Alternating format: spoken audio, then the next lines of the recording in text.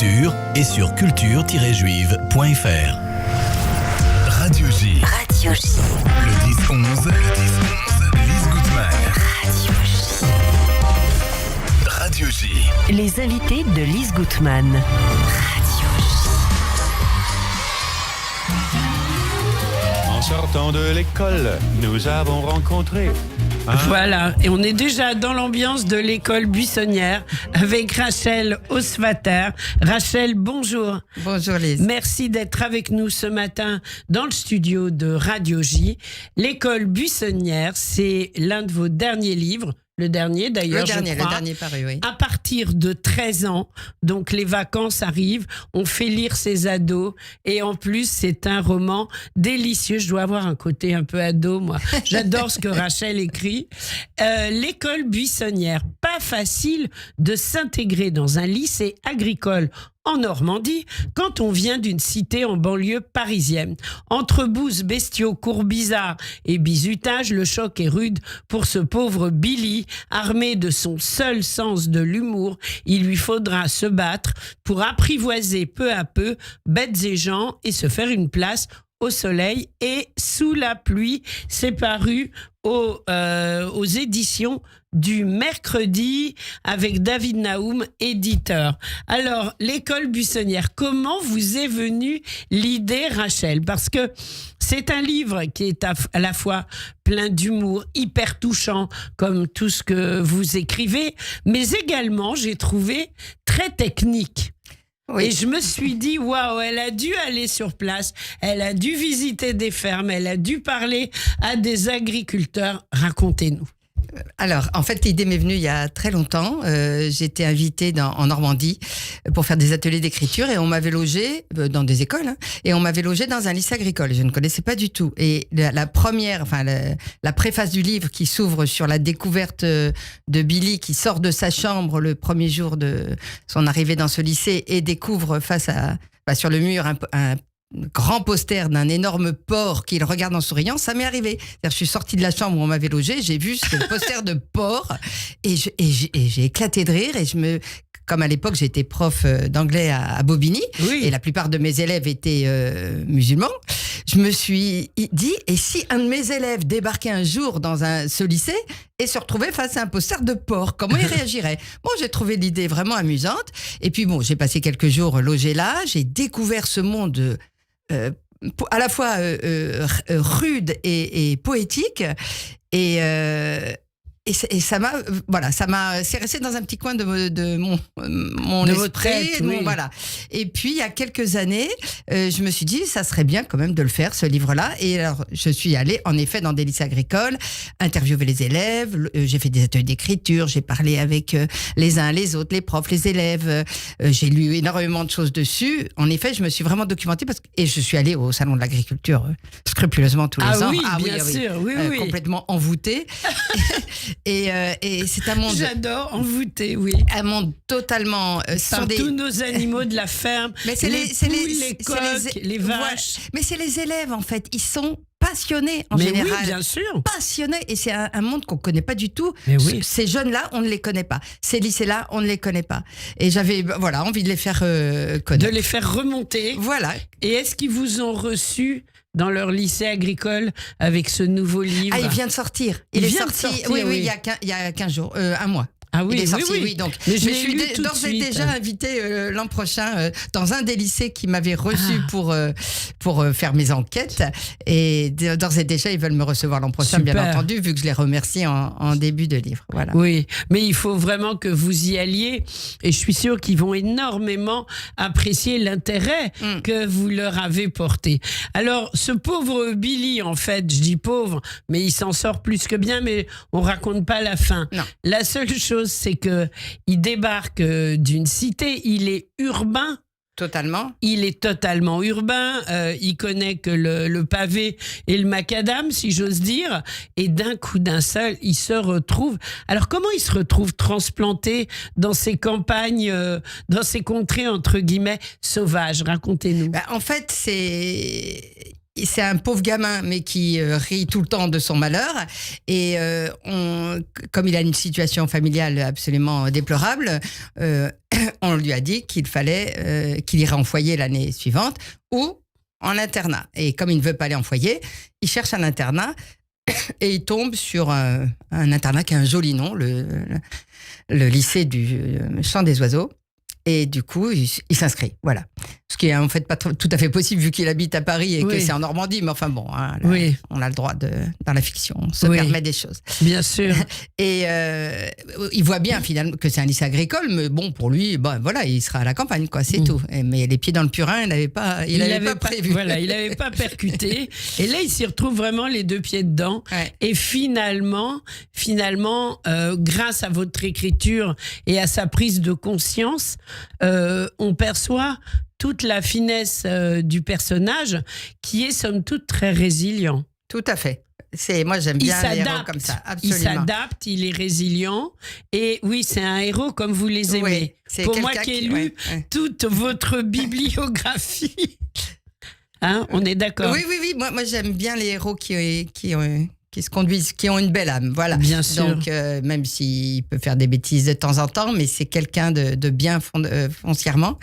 Et il va être résilient, mais il ne va pas perdre ce qui le caractérise, c'est-à-dire son sens de l'humour, de l'autodérision. Il rencontre aussi les chevaux. Oui.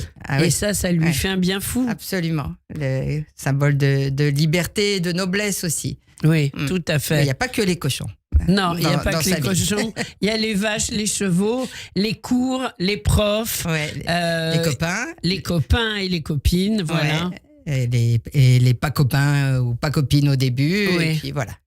Et finalement, il montre, grâce à sa bonne volonté, il finit par s'intégrer. On raconte pas comment, mais c'est vraiment à lire parce que votre écriture est tellement humaine. Ça, c'est moi qui le dis. Merci. Et vous avez une telle finesse d'analyse qu'on est dedans, on le lâche pas de la première à la dernière page. Merci, parce que j'avais peur que ça soit justement trop fouillé, que j'avais peur d'être allé peut-être trop dans le détail, mais je voulais aborder tous les aspects de la vie dans les lycées agricoles, qui est quand même très particulière. Oui. Ouais. Alors, je voulais juste lire un petit extrait de ce que Billy dit de lui-même. D'accord. C'est le chapitre 14. Il dit « C'est clair, notre monde n'est pas le même. » Il parle du lycée, bien entendu, agricole. Pourtant, petit à petit, on s'apprivoise mutuellement. Je les trouve sympas, ils me trouvent drôles, car personne mieux que moi ne sait mettre le souk en cours.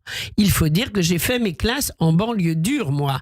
Je suis un professionnel du chahut, un clown scolaire diplômé, le roi de la question débile, l'empereur de la réponse stupide, le champion du monde du bazar organisé. Sans jamais être méchant, j'arrive à rendre les profs fous et les rire encore plus.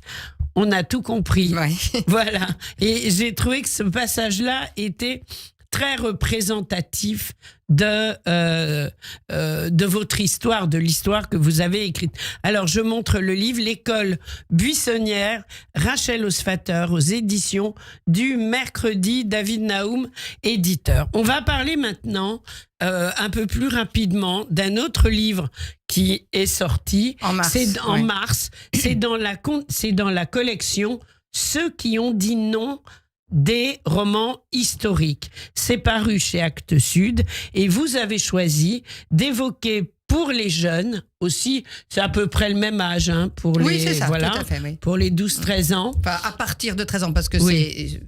Oui, parce que le sujet est grave. Voilà, les plus âgés voilà. le comprennent peut-être mieux. Donc, Beate et Serge Klarsfeld a non à l'impunité.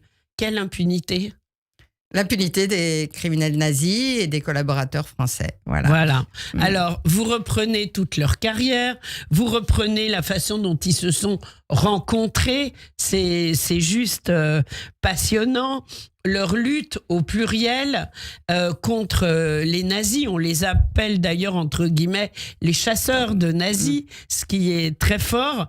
Pourquoi avez-vous choisi ? Est-ce qu'on est venu vous demander d'en parler ? Non. Est-ce que c'est vous qui avez choisi ce thème. Racontez-nous comment ça s'est passé. C'est moi qui ai choisi ces héros-là. J'avais déjà écrit un livre dans cette collection. Et je vous avais reçu. Absolument. C'était quel livre? C'était Non au désespoir, Mordechai Anielewicz, donc le chef de la révolte du ghetto de Varsovie. Et la directrice de collection m'a demandé de refaire, enfin, si j'avais une idée pour en refaire un. Et elle m'avait dit peut-être, ça serait peut-être ne pas refaire quelque chose sur la Shoah. Et j'ai dit, bien sûr que si, je vais refaire un truc sur la Shoah. Et elle souhaitait que je cherche autre chose. Et en fait, quand je lui ai proposé ces deux-là, elle m'a dit, mais c'est une très bonne idée. Surtout qu'on n'a jamais fait de couple dans la collection. Il y a 53 titres. Hein. Oui. Voilà. Et c'est vrai que les deux, Béate et Serge, c'est main dans la main. Absolument. Et donc, voilà. Oui, depuis le départ. Et comme dans ma propre vie, ils ont été importants tout le long de ma vie depuis que je suis jeune. Bien sûr. J'ai fait avant chaque chapitre, j'ai fait une sorte de petite préface de chaque chapitre où je me mets en scène moi. Et après, bien sûr, je raconte leur destin à eux. Mais j'ai voulu montrer à quel point leur lutte de dizaines et dizaines d'années avait influé non seulement sur l'histoire, mais aussi sur les petites histoires personnelles. Bien sûr. La mienne, voilà. Oui, et en fait, pour toute notre génération, voilà. On peut le dire. Hein, on les remerciera jamais assez de tout ce qu'ils ont créé, voilà. de tout ce qu'ils ont fait, de toute cette mémoire partagée. C'est pas que c'est non à l'impunité, le titre, mais pour moi, aussi important, c'est ce qu'il a fait il disait qu'ils étaient chasseurs de nazis et chercheurs d'âmes, et tout ce qu'il a fait pour qu'on se souvienne. Bien sûr, pour noms. les noms. Voilà. Pour les noms. Les noms et les enfants, incroyable. Et les photos, etc. Voilà. Alors, à faire lire absolument, à lire soi-même quand on est adulte. Vos projets, Rachel? Alors, j'ai un album qui va sortir en début d'année 2025 aux éditions Courtes et Longues, qui s'appelle Exodus. Ah oui, on continue un peu sur le même... Oui, sauf que ça s'appelle comme ça, mais c'est pas l'histoire de Pas du tout. C'est l'histoire des enfants que les parents jettent vers l'inconnu pour les sauver. Donc pour moi, c'est les Kindertransport, c'est les enfants jetés par les trains. Je raconte pas ça, mais c'est ça qui m'a inspirée. Et c'est une espèce de texte poétique. Et l'illustrateur qui a été pressenti fait des choses ravissantes. J'ai très hâte de le lire. Oui, moi aussi. Et puis, je suis en train d'écrire. J'ai écrit un livre pour enfants sur les enfants et les animaux. Et je suis en train de réfléchir à un texte pour ados sur romantique, parce que je voudrais ça va nous faire du bien. Un peu de beauté. J'attends tout ça impatiemment, et on refera une émission pour présenter vos livres. Pour l'heure, Rachel Osfater, Béate et Serge Klarsfeld, Non à l'impunité, et Rachel Osfater, toujours l'école buissonnière à lire en tant qu'adulte, et aux enfants qu'on a été, et à faire lire à ces ados. Merci beaucoup d'avoir été avec nous, et très bonne journée. Au revoir Rachel, à bientôt. Radio J. 14h, 15h.